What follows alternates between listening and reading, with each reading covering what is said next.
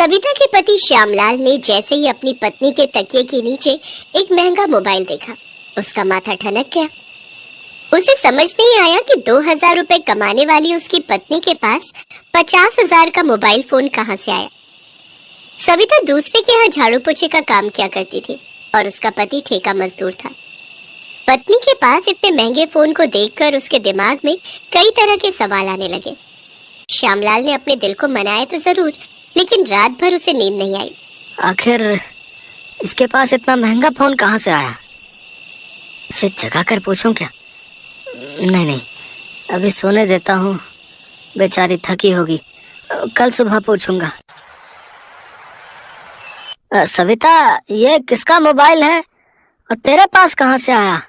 ये तो काफी महंगा है। पति के हाथ में उस मोबाइल को देखकर सविता के चेहरे का रंग पीला पड़ गया। उसे कुछ सूझ नहीं रहा था कि वो क्या बोले क्या ना बोले। ये कहाँ से आया आपके पास? पता है मैं कितनी चिंता में थी इस फोन को लेकर। तुमने मेरी बात का कोई जवाब नहीं दिया सविता। ये फोन है किसका? अरे मालकिन का है। इसमें कुछ दिक्कत आ रही थी तो उन्होंने कहा था कि इसे ठीक करवा लाऊं। ये अब ठीक हो गया है तो आज उन्हें दे दूंगी। ये कहकर सविता ने मोबाइल अपने हाथ में लिया और काम पर निकल गई। लेकिन उस दिन के बाद से सविता का पति कभी उसके पास नए सोने के झुमके देखता तो कभी पायल, कभी महंगी साड़ी तो कभी कुछ और। परसों जब वो एक बड़ा सा और महंगा टीवी लेकर घर आई तो उसके पति ने उसे टोका। सविता, क्या है ये सब? क्या है? टीवी है, दिख नहीं रहा है? वो तो दिख रहा है मुझे, लेकिन ये कहाँ से आया है? दुकान से आया है, और कहाँ से आएगा? देखो सविता, ज्यादा बात को घुमाओ मत और सीधे सीधे बताओ कि इतना महंगा टीवी कहाँ से आया। तुम्हारी कोई लॉटरी लगी है क्या? है कि कभी नए झुमके आते हैं तुम्हारे पास तो कभी नई पायल, कभी नई साड़ी, तो आज ये टीवी। श्यामलाल की बातों को सुनकर सविता ने मुंह बनाते हुए कहा, ये सब मेरी नई मालकिन ने दिया है। वो मेरे काम से बहुत खुश है। और वो क्या कहते हैं अंग्रेजी में? गिफ्ट। हाँ, गिफ्ट देती रहती है वो मुझे। सविता, कोई भी मालकिन इतना महंगा गिफ्ट नहीं देती है, और वो भी हर सप्ताह। आप मुझ पर शक कर रहे हैं? शक नहीं कर रहा हूँ, जो बात सच है वही बता रहा हूँ। हाय हाय, ये देखो, इसे कहते हैं मुफ्त की खुजली होना। अरे हम दोनों जितना कमाते हैं उससे ये सारी चीजें इस जन्म में तो नहीं ले सकते हैं। अब अगर कोई मुझे दे रहा है तो आपको क्यों खुजली मच रही है? देखिए, मैं कोई गलत काम नहीं कर रही। आप चाहे तो मेरी मालकिन से जाकर पूछ सकते हैं। श्यामलाल की बातों को सविता अपने गोलमोल बातों से टाल गई। श्यामलाल ने उसकी बातों को सुना तो जरूर, लेकिन वो चाहकर भी उसकी बातों पर विश्वास नहीं कर पा रहा था। उधर सविता का अचानक बदला रंग ढंग सभी के लिए चर्चा का विषय था। उसके मोहल्ले वालों ने अब पीठ पीछे बातें बनानी शुरू कर दी थी। विमला, ये सविता ने घर पर नोट छापने की मशीन लगा रखी है क्या? कल ही नई टीवी लाई थी वो, आज देखा कि वॉशिंग मशीन भी आया उसके घर। अरे उसके कान के झुमके देखे तुमने? कितने बड़े बड़े थे। जानती हो, खालिस सोने के थे वो। विमला, वो तो लोगों को बता रही है कि उसकी मालकिन उस पर मेहरबान है। भला इस तरह मालकिन लोग कब से मेहरबान होने लगी हम लोगों पर? मुझे तो दाल में कुछ काला लग रहा है। तुमने तो मेरे मुंह की बात छीन ली। सविता जरूर कोई गलत काम कर रही है। लोगों की बातें श्यामलाल के कानों तक भी जाती। वो जब सविता से लोगों की बातें कहता तो जलन, अरे जलन नाम की भी कोई चीज होती है कि नहीं? उनकी मालकिन उनके एक दिन न जाने पर पैसे काट लेती है और मेरी मालकिन मुझे गिफ्ट पर गिफ्ट दिए जा रही है। अब ऐसा होगा तो उन्हें नींद आएगी? कभी नहीं आएगी, और वो कुछ न कुछ बातें बनाएंगी। देखिए, दूसरों की बातों पर रहिएगा तो कभी खुश नहीं रह पाइएगा। इसीलिए कान में तेल डालिए और जिंदगी के मजे लीजिए। जिस तरह से सविता ने अपने पति को ये बात कही, उसे बिल्कुल भी अच्छी नहीं लगी। शक तो उसे भी अपनी पत्नी पर हो रहा था कि वो जरूर कोई गलत राह पर है, लेकिन जब तक वो उसे रंगे हाथों पकड़ नहीं लेता तो वो उसे क्या कहता। हालांकि वो दिल से दुआ करता कि सविता कोई गलत रास्ते पर ना हो।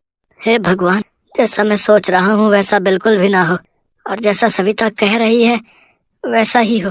कुछ दिन और गुजरे। एक बार की बात है, रात के 9 बज गए थे, लेकिन सविता अभी तक काम से लौटी नहीं थी।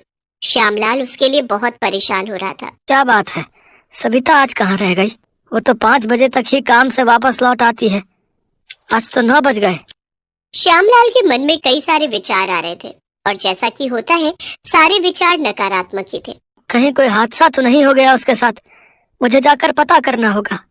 श्यामलाल उसी समय मालती अपार्टमेंट की ओर निकल गया जहां सविता काम करती थी। वो तेज गति से अपार्टमेंट की ओर बढ़ा चला जा रहा था। तभी उसकी नजर एक पुलिस की जीप पर गई। उसने देखा कि सविता उस जीप में बैठी हुई है। सविता को पुलिस जीप में बैठा देख श्यामलाल का दिमाग चक्कर खाने लगा। अरे ये पुलिस सविता को कहाँ लेकर जा रही है? सविता, ए सविता! लेकिन पुलिस की गाड़ी तेज रफ्तार में वहां से निकल गई। श्यामलाल पुलिस की गाड़ी के पीछे भागने लगा और भागते भागते वो पुलिस स्टेशन पहुंचा। सविता जेल की सलाखों के अंदर थी। सविता, क्या किया तूने? पुलिस वाले तुझे यहाँ क्यों लेकर आए हैं? बता, क्या किया तूने? सविता खामोश थी। उसका चेहरा पीला पड़ा हुआ था। तभी इंस्पेक्टर उसके पास आया। हाँ भाई, तुम इसके पति हो? जी साहब, मैं इसका पति हूँ। क्या किया है इसने?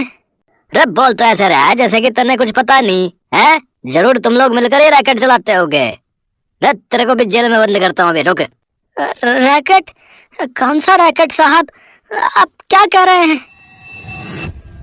सविता का मन हमेशा से अमीर बनने का था। वो बड़े साहब लोगों के यहाँ काम करती, उनकी लाइफस्टाइल को देखती, उनके कपड़ों और गाड़ियों को देखती तो उसके मन में हमेशा यही आता कि मुझे भी इन महंगी गाड़ियों में बैठना है, महंगे कपड़े पहनने हैं, इनकी जैसी जिंदगी जीनी है।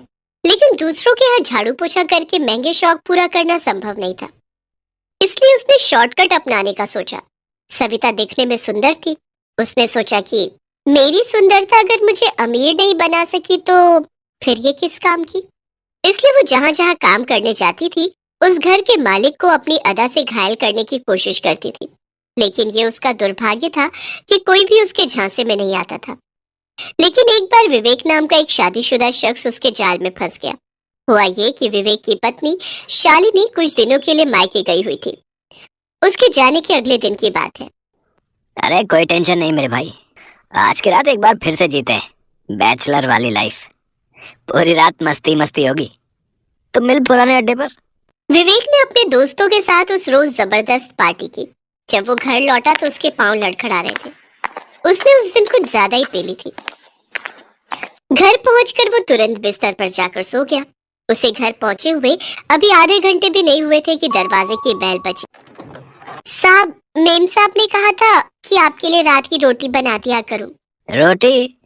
नहीं तुम जाओ, मैं खा कर आया हूँ मैं। नहीं साहब, ऐसे कैसे चली जाओ?